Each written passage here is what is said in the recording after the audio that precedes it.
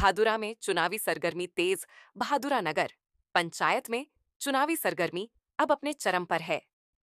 भाजपा कार्यकर्ता सिद्धार्थ नगरारे सक्रिय रूप से चुनावी तैयारी में जुटे हैं। सूत्रों के अनुसार वे अपनी धर्मपत्नी को नगर पंचायत के चुनावी मैदान में उतारने की तैयारी कर रहे हैं।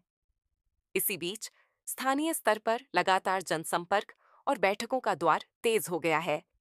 वहीं मतदाता भी अब उम्मीदवारों की रणनीतियों और गतिविधियों पर करीबी नजर रखे हुए हैं। नमस्कार, माझं नाव सिद्धार्थ नामदेव नगराळे. मी गेल्या 25 वर्षापासून भाजपचा कार्यकर्ता आहे आणि मी मागील 10 वर्ष समजा 5 वर्ष मी उपसरपंच राहिलेलो आहे आणि नंतर 5 वर्ष मी सदस्य राहिलेलो आहे.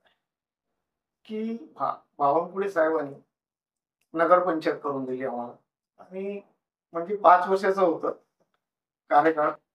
तेव्हा सरपंच पुष्पाबाई गायधनी त्यांनी 2.5 वर्षातच आपले राजीनामा देऊन नगरपंचायतला मान्यता दिली आणि बावनकुळे साहेबांनी ती करून घेतली आहे. काय सांगाल? नाही, बावनकुळे साहेबांच्या माध्यमातून पैसा भरपूर दिला त्यांनी. नगरपंचायत होता बरोबर, पैशाची काही चिंता नाही, पैसा भरपूर दिला आणि झपाट्यानं सिमेंट रस्त्याचे कामं सुरू केली, खडीकरणाचे रस्त्याचे कामं सुरू केली. फक्त आता इथे एक समस्या जी आहे, सांडपाण्याची सर्वात मोठी समस्या आहे आणि गटर नालीची. तर गटर नालीसाठी पैसा सँक्शन करून ठेवल्या सावरकर साहेबांनी आणि बावनकुळे साहेबांनी.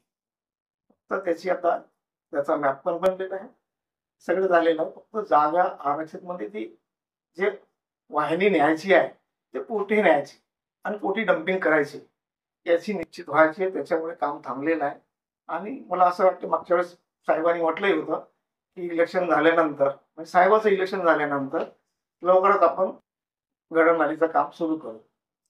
निवडणुकी येत आहे आणि जे आरक्षण आहे निवडणुकीचं ते पण अपेक्षित निघालेलं आहे आणि आपल्या जे सौभाग्य त्यांचं नाव जे आहे ते सगळीकडे चालत आहे. काय वाटतं?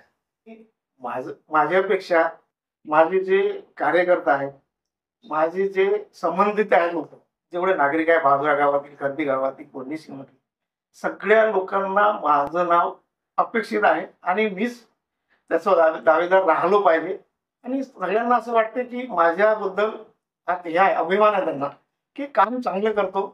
त्याच्यामुळे त्यांना असं वाटतं की हा समजा नगराध्यक्ष झाला तर का विकास होईल, नक्की होईल.